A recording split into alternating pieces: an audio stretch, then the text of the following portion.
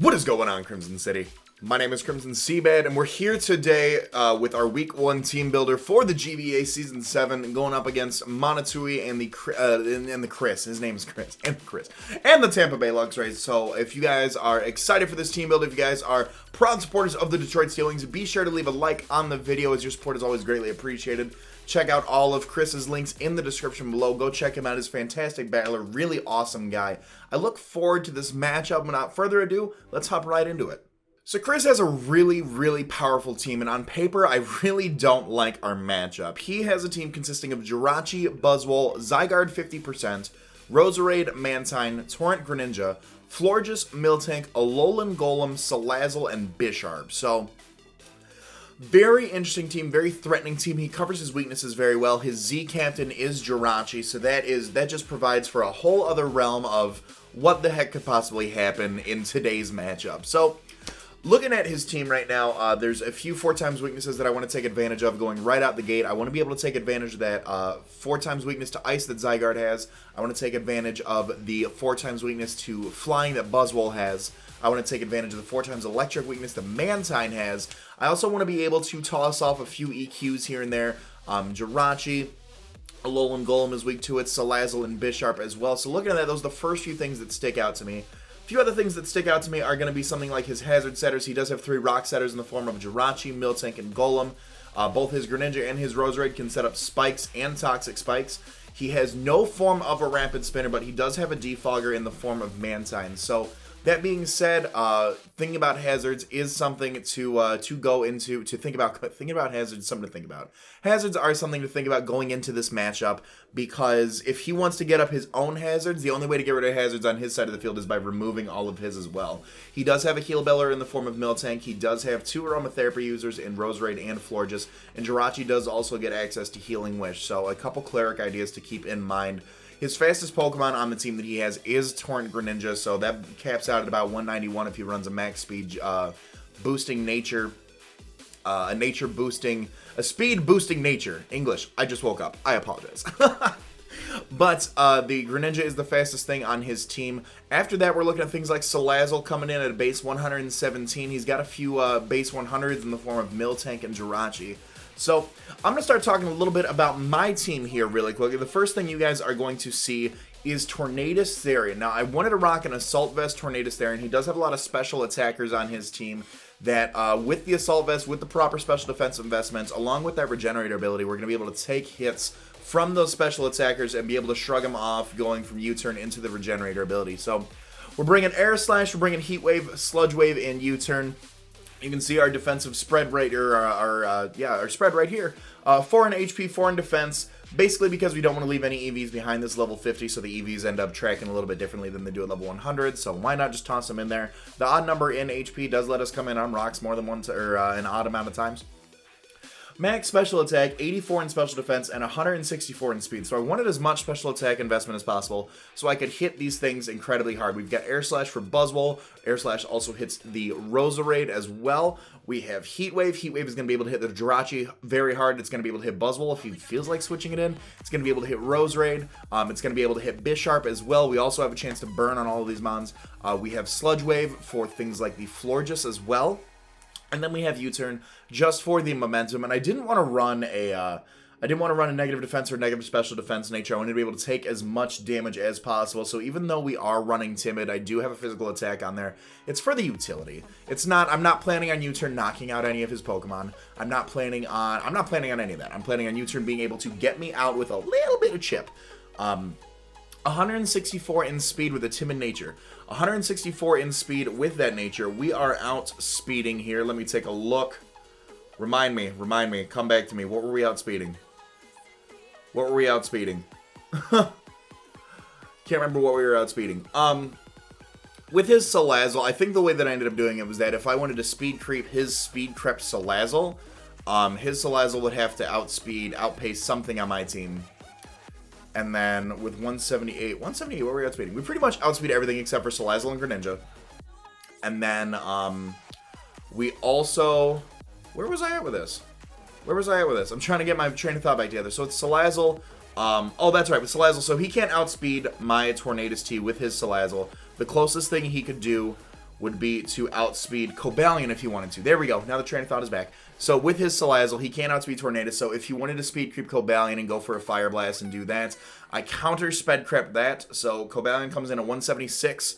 In order to speed creep that, he would pop his Salazzle up to 177 in order to take advantage of that. I went 178. There's no reason for him to run a max speed timid Salazzle. So in case he were to do that, I don't really have anything to hit it with other than Air Slash, mind you. But just in case the opportunity comes up, if I need to get some chip damage off, if I want to kind of surprise him with this, obviously I'm going to be faster, but Chris isn't the type of player to put a max speed Salazzle in the field. He's going to use his EVs very carefully, so I wanted to take that into consideration. That's why we have 178. Haha, y'all thought I forgot. And then I took the rest of it and put it into special defense just to take advantage of our Assault Vest. Next up here, Krookodile Z the Krookodile, RZ Captain. Week 1, we're coming out with style points. We have a max attack, max HP, max speed, pretty much max HP, max speed. Krookodile with 8 in HP, 12 in defense, Bulk Up, Earthquake, Knockoff, Aerial Ace, and Fightinium Z. I can never say these Z-Crystals properly. So, let's talk the spread really quickly before I get into the moves. With a 244 speed Jolly Nature, that brings us to 157. That is letting us outspeed Roserade. We also outspeed Buzzwole. Let me take a look here. We also outspeed the Buzzwole. We outspeed the Mantine, the Florges, the Golem, and the Bisharp. With that spread investment. Why would I run this type of set? So, for those of you who don't know, Z Bulk Up raises your attack by 2 stages and your defense by 1 stage. And I talked a little bit about this in the draft analysis, that one of the things that I wanted to bring is a supportive Z move on Krookodile, because it's going to give him the advantage to take, he's going to be able to take advantage of, I just got spit on my monitor. These are new monitors.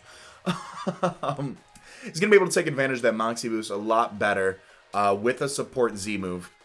So, with the spread with a max HP, a little bit of defense investment here. Z Bulk Up will raise our attack 2 stages, raise our defense 1. We are able to take hits from a not choice-banded Buzzwole, as I come to find out in skirmish matches.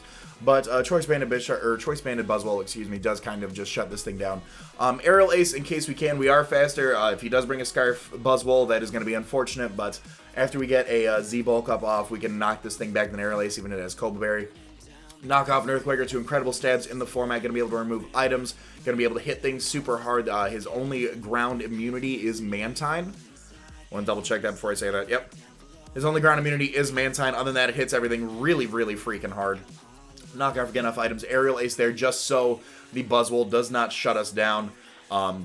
Pretty cut and clean, actually. Like, looking at the set, it's like, wow, what is that set for? Pretty simple and clean. As soon as I were to break that down to you. But next up here, I want to talk a little bit about Tsareena. Tsareena was really doubted about. Was really doubted in not only in when the coaches were doing their draft, but also during the draft analysis. So let's talk about Tsareena really quickly. Sareena's bringing leftovers. I haven't decided between leftovers or light clay. I want the leftovers just for the recovery. I might want light clay just for the screens, as you guys can see. Queenly Majesty. Queenly Majesty prevents any sort of priority moves. He does have priority on Zygarde, obviously.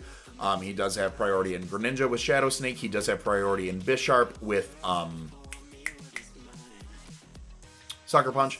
So Queenly Majesty does take advantage of that. Dual screens are going to be really awesome, because if I can get a dual screen up in order to support Krookodile and going for the Z Bulk Up, that's going to be absolutely huge. And that's one of the things that I want to do. Rapid Spin to Getaway Hazards. It's a phenomenal Rapid Spin. It's a phenomenal Rapid Spinner, in my opinion. I think as far as Salazzle goes, and what was the other thing I was worried about? Mantine with Air Slash. Other than that, this thing does pretty well. Obviously, Greninja does have a wide array of coverage moves, so I am concerned about that. But other than that, I think this thing matches up defensively very well with his team. Trop Kick also with the 100% guaranteed attack drop forcing switches. I think that's pretty awesome. On the switch, we get off a Trop Kick, force a switch, we can set up a screen. I'm really, like I said, I'm really torn between leftovers and the light clay as far as setting up screens, but there's not too much to say about this. We do have pretty much max defense, pretty much max HP, and then I didn't put all the way max defense because I wanted to have a little bit more bulk on my HP, but I do have 28 in speed, and 28 in speed is to speed creep a uninvested Florges. And I never thought I'd have to speed creep a Florges in my lifetime, but you gotta do what you gotta do in League format. We're here to be able to speed creep that Florges so that way it can't do any sort of fun shenanigans on me. Excuse me. So that's half the team. Next up here, where is my mouse? Here we go. Next up here, we have the Blue Eyes White Dragon, Kyurem. I'm really excited for this set. I really think it's going to be a really hard hitter. We have 4 in HP, 120 in defense, 252 special attack, 132 in speed with a timid nature, Choppleberry, HP Flying Roost, Ice Beam, and Iron Head. Now, this thing is my Zygarde killer. This is the best Zygarde baits. I love baiting big powerhouse mons into thinking they're safe and then just boom, goodbye. So let's talk about this really quickly. HP Flying, obviously, for the Buzzwole, Ice Beam for the stab coverage, and then Iron Head. Iron Head and Flash Cannon with this investment had the same chance to do, or had the same damage output as they did on Florges, no matter what type of set. They both ran the same. So I decided to go with Iron Head for the flinch percentage. I know he's playing for the Hex, whatever. I wanted to flinch over his special defense drop. Sue me. 4 in HP, just because we didn't want to, what was it? I forget. This is what happens when you build a team forever ago and then you do a team builder. 4 in HP just to use the IVs. Obviously, we can Golden Bottle Train all these IVs up to perfect levels, so they're not sitting at where they are. 4 in HP, so it was 201, so we can come in on rocks evenly after the Gold Bottle Cap training. 120 in defense. That allows us to take a superpower from anything but a choice banded Zygarde, Buzzwole, and be able to fire back with the Choppleberry. We're able to fire back an HP Flying and Oko, provided he's not Cobaberry. 132 in speed. 132 in speed with a timid nature. We are outspeeding Buzzwole itself. If he is running a max speed Jolly Buzzwole, we do outspeed that by 1 point. We're able to take advantage of the tremendous 130 base special attack stat of Kyurem and being able to fly off some really awesome moves. I was debating actually Toxic over Iron Head, but because it's very cut and clean. Iron Head is there for 1 Pokemon. We do have the flinch chance, but we'll see how that goes. Toxic may be a play. I think I'm going to keep Iron Head, though, just in case he does bring the Florges. But, and then 4 in HP, just so we have that odd amount of HP coming in on rocks a certain amount of times. Nothing too crazy to say here. Next up here we have, next up here we have Super Warline, the Cobalion.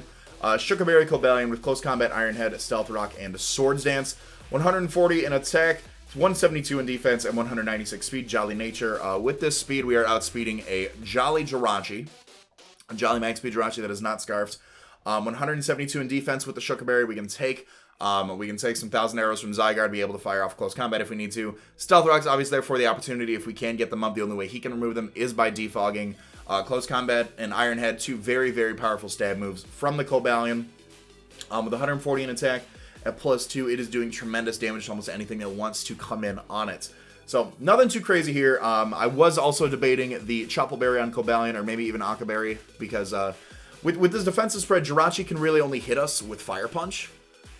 Honestly, that's the only fire stab, like reliable fire stab that it gets, so that's why I kind of canceled out Akaberry.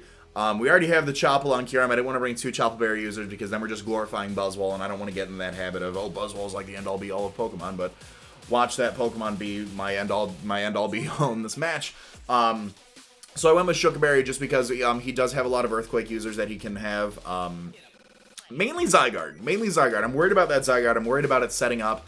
A plus 1,000 arrows after the Shukaberry with this defensive investment. We can do a tremendous amount of damage to it. If he decides to start coiling up and go for 1,000 arrows, that's also another thing. But that's our Cobalion. Very utility, very, very niche this week. Very, I need it for this exact reason here. Next up here, we do have our Valkyrian the Magna Warrior, aka Magneton, rocking that Eviolites, however you pronounce it, Analytic Ability, Thunderbolt, a Volt Switch, a Flash Cannon, and HP Ice. 200 HP, 252 Special Attack, 12 in Special Defense, 44 in Speed.